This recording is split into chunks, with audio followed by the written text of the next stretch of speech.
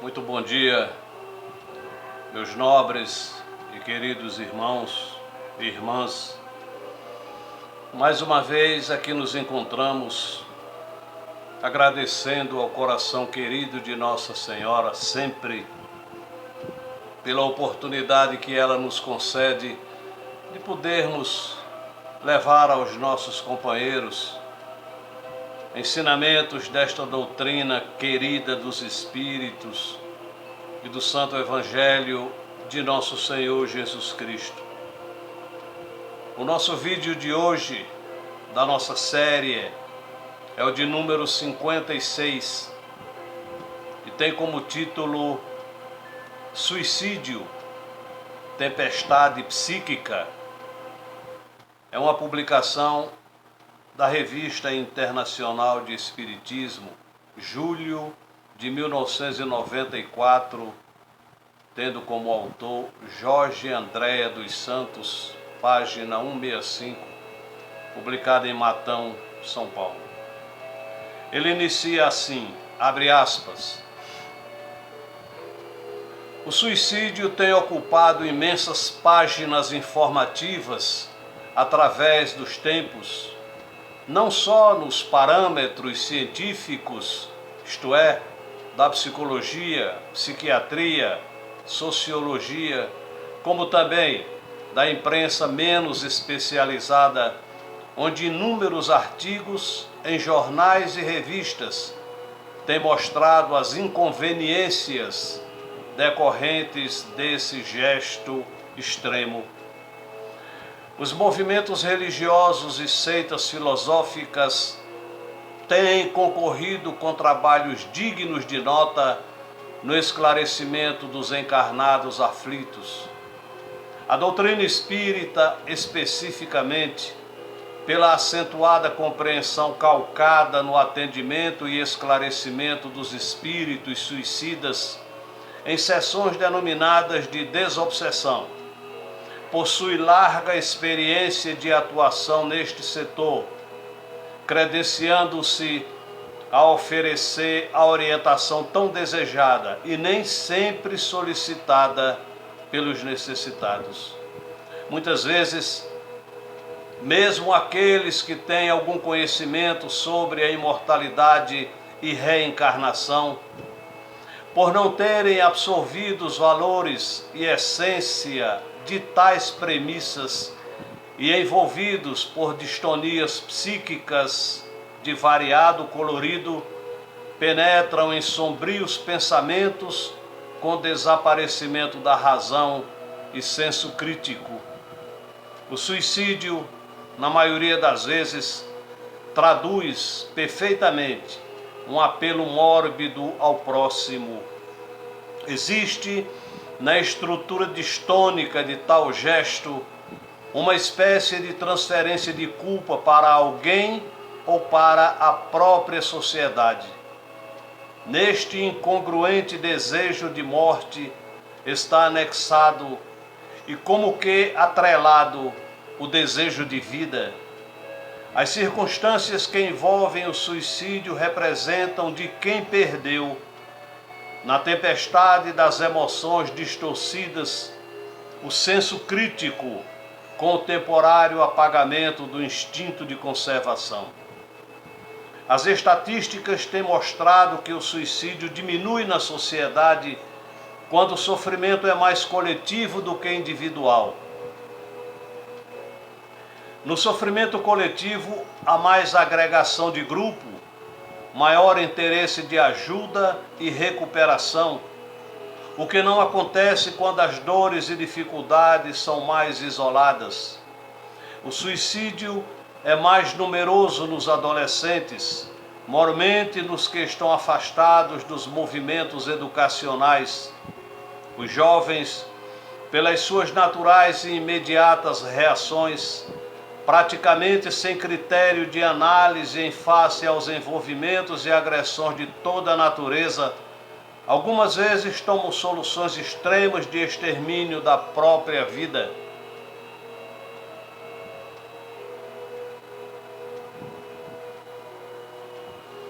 É como se estivessem em fuga querem e desejam desaparecer, não mais existir, como se a vida fosse representada exclusivamente pelas necessidades do corpo físico. Quanto aos mais velhos e idosos, os casos de suicídio revelam-se em número bem menor e quase sempre ligados a doenças degenerativas e incuráveis, ou àqueles que apresentam intranquilidade extrema, tal qual acontece nas grandes psicoses depressivas. O tédio e o ócio colaboram grandemente no desenvolvimento de processo angustioso, que se vai tornando aflitivo, de modo a nutrir deficiências psíquicas de toda a natureza. É como se o deficiente terreno psíquico fosse semeado com as distonias do dia a dia.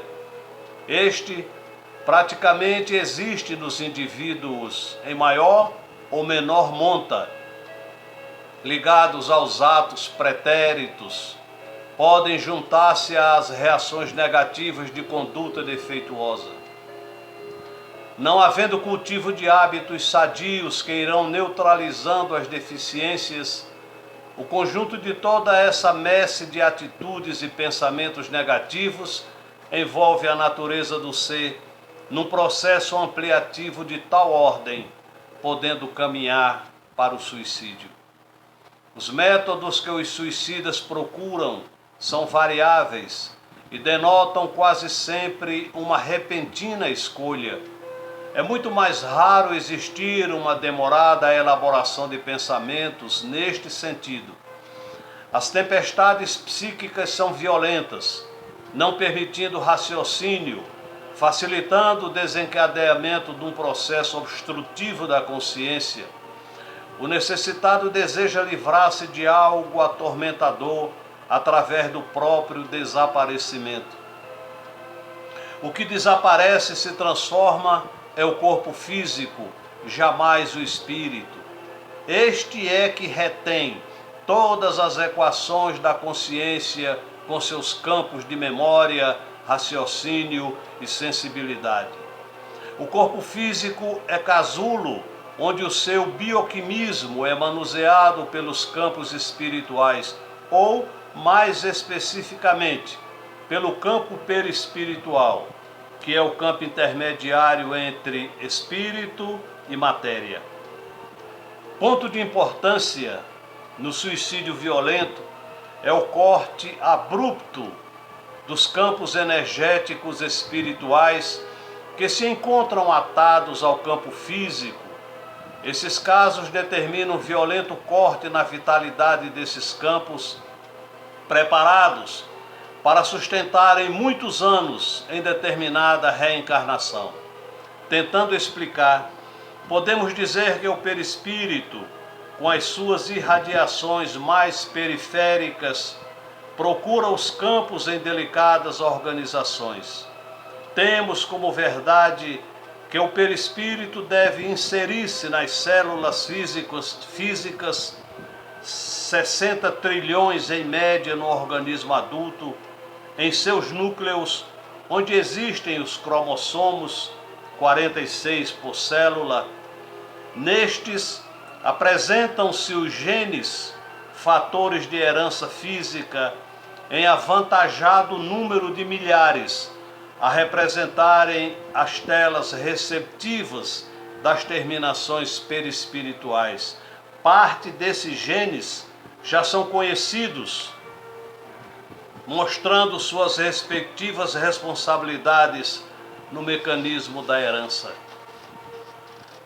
Se existir um forte e abrupto arrancamento dessas interseções perispirituais, que estão equacionadas para um determinado espaço de tempo-vida, haverá, sem qualquer dúvida, um forte desequilíbrio na organização vital, espírito-perispírito, com desordem e sofrimentos inenarráveis, conforme informações de muitos espíritos quando retornaram à consciência após terem passado pelo tumultuoso e necessário mecanismo de equilíbrio.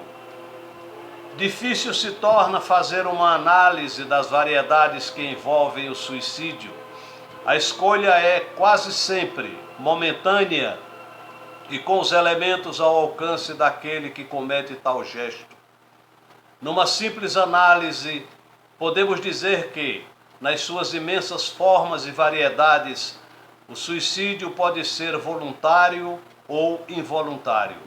No primeiro caso, o suicídio voluntário, existe o impulso consciente, embora distorcido, por maior que seja o desespero do ser. Daí a acentuada responsabilidade dos suicidas.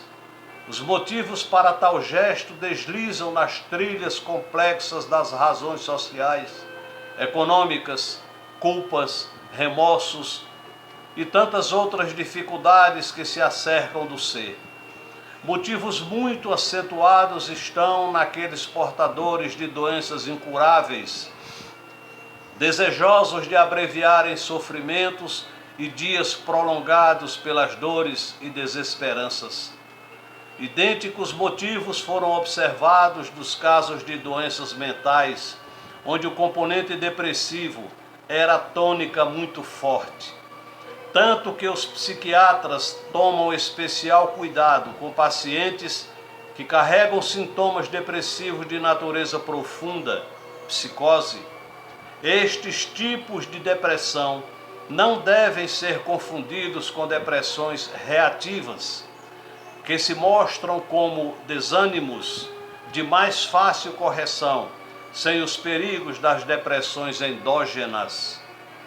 Os tipos de suicídios inconscientes, involuntários, representam aqueles casos em que o indivíduo, pelos seus desregramentos, está caminhando no sentido de abreviar a própria vida. É suicídio lento qualquer manifestação desregrada que atinja a zona física. Neste grupo estaria a gastronomia, onde os excessos de alimentos acabam causando desequilíbrios metabólicos, atingindo órgãos diversos, com processos degenerativos de suas composições celulares. Também o uso excessivo e descontrolado de álcool, em qualquer de suas composições, é fator de desordens de variada natureza, principalmente nas degenerações hepáticas e pancreáticas.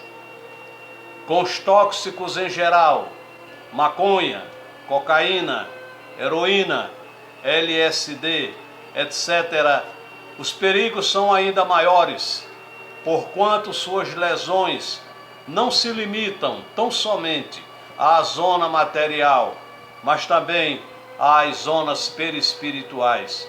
Isto porque são substâncias constituídas de moléculas biogenéticas, isto é, eu peço desculpa e repito, moléculas bioenergéticas, isto é, moléculas com capacidade de irradiação, e por isso captadas pelo perispírito, lesando a sua organização. Os espíritos que desencarnaram nesta situação, além do compreensível sofrimento pelas lesões perispirituais, voltam ao cenário carnal com fortes compromissos, até mesmo com limites pelas deformações, a fim de neutralizarem as agressões a que se permitiram. Outros fatores de ordem geral também concorrem para um suicídio lento, tal qual acontece com os excessivos desequilíbrios emocionais causados por frustrações, inconformações com as limitações da vida, acesso de ódio, rancor, desejos de vingança, cobiça, avareza e tantas outras negatividades, onde o narcisismo é campo fértil para a vaidade. Todos esses componentes são resultados de falta de educação, principalmente espiritual, denotando falta de fé e acentuado desamor. Todos esses elementos concorrem com seu desenvolvimento para o gesto suicida, sendo que, na maioria dos casos, vêm acompanhados de obsessões espirituais, pela multiplicidade de sintomas que desencadeiam na área psíquica, merecem detalhado estudo de ordem psiquiátrica por se encontrarem habitualmente embutidos nas distonias mentais. É assunto bastante complexo e ainda desconhecido pela ciência oficial. A doutrina espírita, com as suas razões filosóficas e éticas, e através dos imortais, vem de há muito chamando a atenção da necessidade de construção do homem em desenvolvendo as virtudes, o bom senso e o raciocínio lógico ao lado de atividades no bem em qualquer setor da vida. O bem, acima de tudo, na construção da própria vida, a fim de que se amplie, mesmo lentamente, porém de modo seguro, o equilíbrio familiar que estenderá ao grupo, à cidade, ao país e ao planeta. Esse será o nosso trabalho, intransferível, preparando e adubando o terreno para as futuras civilizações que, por sua vez, laborarão no sentido de nos receber, mais uma vez, na gleba que nos foi destinada. E o nosso querido Fernando Lousada nos traz um complemento, digamos assim, dessa mensagem, Evitando a Tentação, publicado pela RI, Revista Internacional de Espiritismo, setembro de 1999, página 376 de Matão, São Paulo. Diz o Fernando Lousada, abre aspas, evitar a tentação não significa o nosso isolamento do mundo. No passado, algumas pessoas, para se libertarem da tentação, se refugiavam em cavernas, no deserto, ou se internavam em conventos para se isolarem do mundo. Muitos fracassaram, porque não se tratava apenas de uma questão de isolamento. Não se pode isolar a nossa consciência. Onde estiver ligado o nosso pensamento, aí estará o nosso sentimento. Portanto, a vontade de desligar-se das sugestões negativas não depende da distância. Depende do rompimento da sintonia que alimenta o nosso pensamento. Podemos estar perto ou longe, isso pouco importa. O mundo é uma grande escola, não falta nele os ensinamentos cristãos, e a vida é uma oportunidade valiosa de aprendizado. Quem não aprendeu, no convívio com os seus semelhantes, as regras do bem viver, e não assimilou as lições de vigilância evangélica que estão ao alcance de todos, e preferiram a porta larga das tentações, certamente sofrerão as consequências de seus erros no capítulo das tentações. O sexo exerce uma influência muito grande em nossas vidas. Quando o espírito se encontra na fase infantil do conhecimento, o sexo aparenta ser para ele a única razão de viver. É a fase do predomínio do instinto sobre a razão.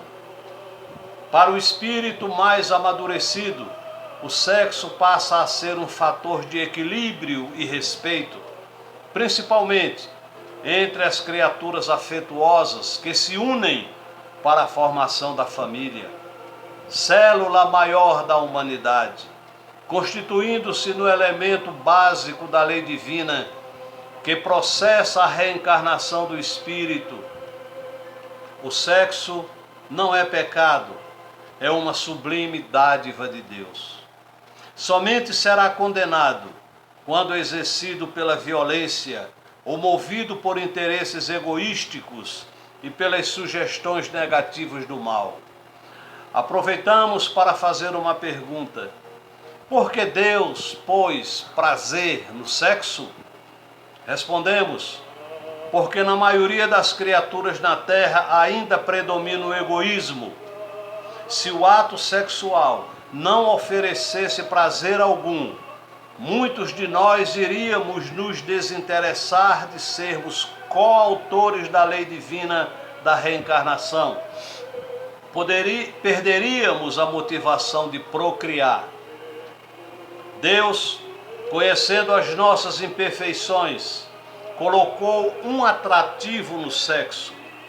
Quando falamos em tentação, é necessário destacar que ela não se relaciona unicamente ao sexo.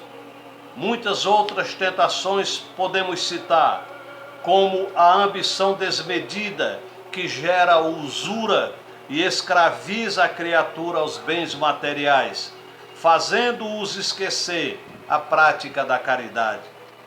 A tentação dos vícios e drogas, que danificam a mais bela obra divina, o corpo humano, além dos desequilíbrios psíquicos que causam o atraso na evolução do espírito. Desculpa. A tentação da gula, despertando a ilusão de que a comida excessiva é necessária à manutenção da vida física. A prática que geralmente ocasiona distúrbios orgânicos, resultando no sofrimento imposto pelo freio das dietas alimentares. A tentação do jogo, como forma de solucionarmos os problemas da vida material, acarretando muitas vezes perdas irreparáveis de tempo e recursos que seriam de grande valia no equilíbrio orçamentário familiar. A tentação do lazer excessivos, estimulando a preguiça e afastando-nos do serviço perseverante no bem. A tentação do suicídio, que sugere a destruição do corpo como forma de extinção dos problemas emocionais. Solução enganosa, que se levada a efeito, causará ao espírito imortal sofrimentos 1000 vezes maiores. Muitas outras tentações existem. Como vencê-las? Há um método elementar que consiste em vigiar o pensamento. Ele funciona como uma antena, captando sugestões positivas e negativas. Cabe a cada um de nós interromper as negativas e sintonizar as positivas. Vamos citar ainda o ensinamento bíblico que diz: nós não podemos evitar que os passarinhos voem sobre nossas cabeças, porque estão fora de nosso alcance, mas podemos evitar que façam ninho em nossas cabeças. O que significam essas palavras? Significam que poderemos sentir a sugestão do mal que deseja a nossa perdição, alimentando em nosso pensamento uma tentação. Mas como somos uma centelha divina, possuímos dentro de nós a força necessária para repeli-la, mobilizando contra ela a tentação, uma vontade firme, sem nos deixarmos dominar. Se ao contrário aceitarmos a sugestão negativa, se ela nos agradar, é porque estamos de acordo com ela, entramos em sua faixa de sintonia e passamos a ser cúmplices dela e, consequentemente, responsáveis pelos erros cometidos. Não poderemos no futuro alegar inocência. Fazemos mais uma pergunta: por que Deus deixa a nosso critério a decisão de agirmos como coordenadores de nosso destino? Respondemos: porque Deus não nos fez robôs, deu-nos o livre-arbítrio, liberdade de decidir, para que fique estabelecido o princípio do mérito e da responsabilidade. Se podemos ser vítimas dessas tentações, onde buscar orientação e proteção para o dia a dia da vida? No cultivo da fé e no exercício diário do bem, baseados nos ensinamentos evangélicos de Jesus, na oração a Deus e aos bons espíritos, na prática do amor ao próximo, na implantação do evangelho no lar. Eis aí algumas palavras sobre o vigiai e orai, para não cairdes em tentação. Fecha aspas. Meus amigos, este problema sobre o suicídio é um problema que aumenta a cada dia que passa no nosso país e no mundo de uma maneira geral. E esses espíritos que partem para esse ato desesperado, eles não têm a menor ideia, a mínima ideia do sofrimento que estão buscando, não só no plano espiritual, mas quando tiverem que retornar através da reencarnação, vão vir com todos os defeitos provocados pelo ato praticado no suicídio. Se foi, por exemplo, um tiro na cabeça, certamente ele virá um débil mental. Se atingiu alguma parte que afetasse os olhos, ele virá cego. E daí por diante. É gravíssimo o problema do suicídio. Por isso que nós estamos insistindo em levar aos amigos mensagens sobre esse tema, que é muito triste. Eu desejo a todos muitas felicidades e agradeço a nossa Mãe Santíssima pela oportunidade deste trabalho. E peço a todos, divulguem esses ensinamentos, divulguem esse vídeo no YouTube, no Facebook, inscrevam-se no canal, coloquem o meu nome lá, Kena Marques, e os vídeos vão aparecer.